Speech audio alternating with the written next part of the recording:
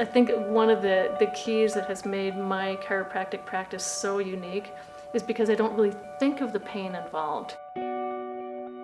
Yeah, some people have pain, but it's more about the function of how the brain and the rest of the body is working together. Fascia is connected all over the place. So we have to look at how it surrounds the skull, how it surrounds the spine into the hips and the feet. And it is this crystalline structure that one spot, if it's stuck somewhere in the body, can affect everything else.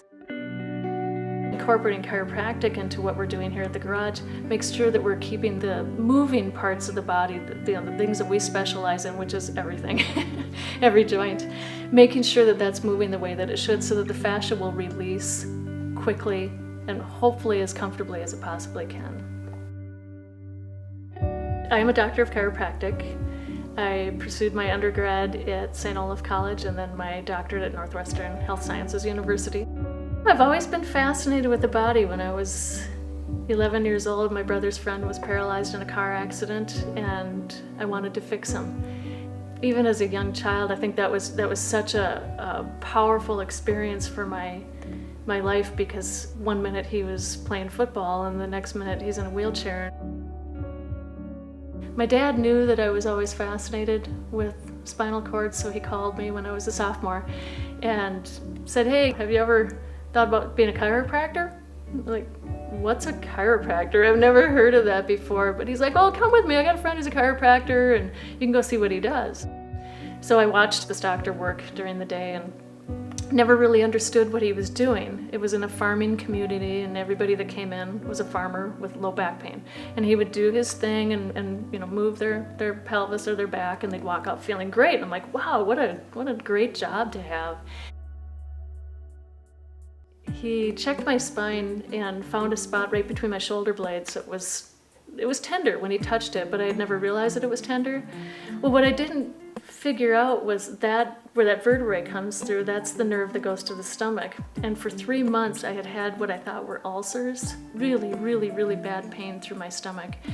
And he adjusted that vertebrae, again, still not knowing that ran the stomach. And I went out to dinner that night with my dad.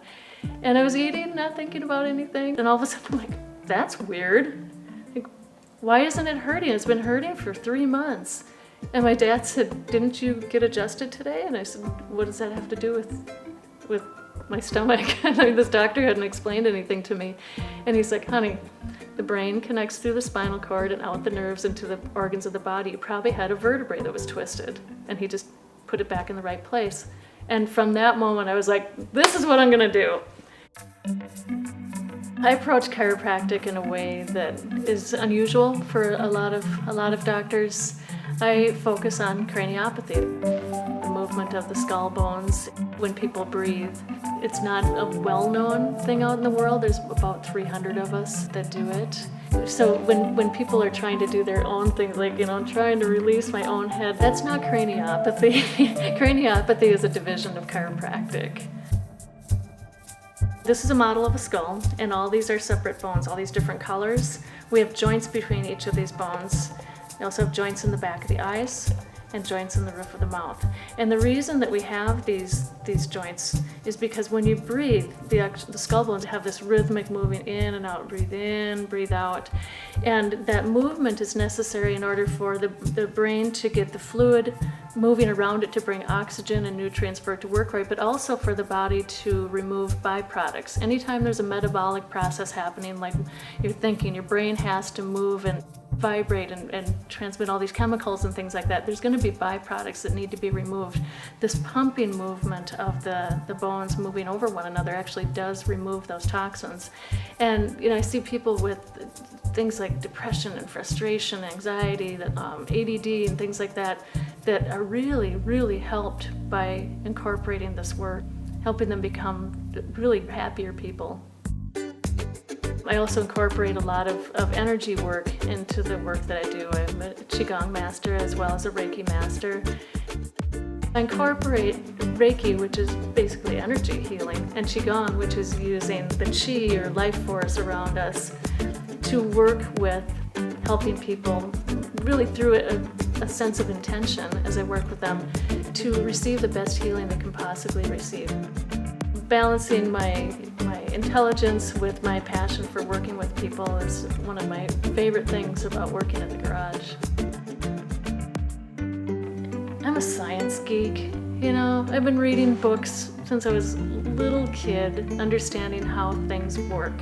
When all of a sudden you have an experience of your own to realize that there's a lot more power out there than we realize in those books, I'm willing to grasp it, man, you know? Like, let me see how this works. Obviously, these things work. We see miracles all the time. Proof is in the pudding. When you see somebody that hasn't been able to put weight bearing on a knee for years and all of a sudden they can weight bear on that knee, why wouldn't we embrace that?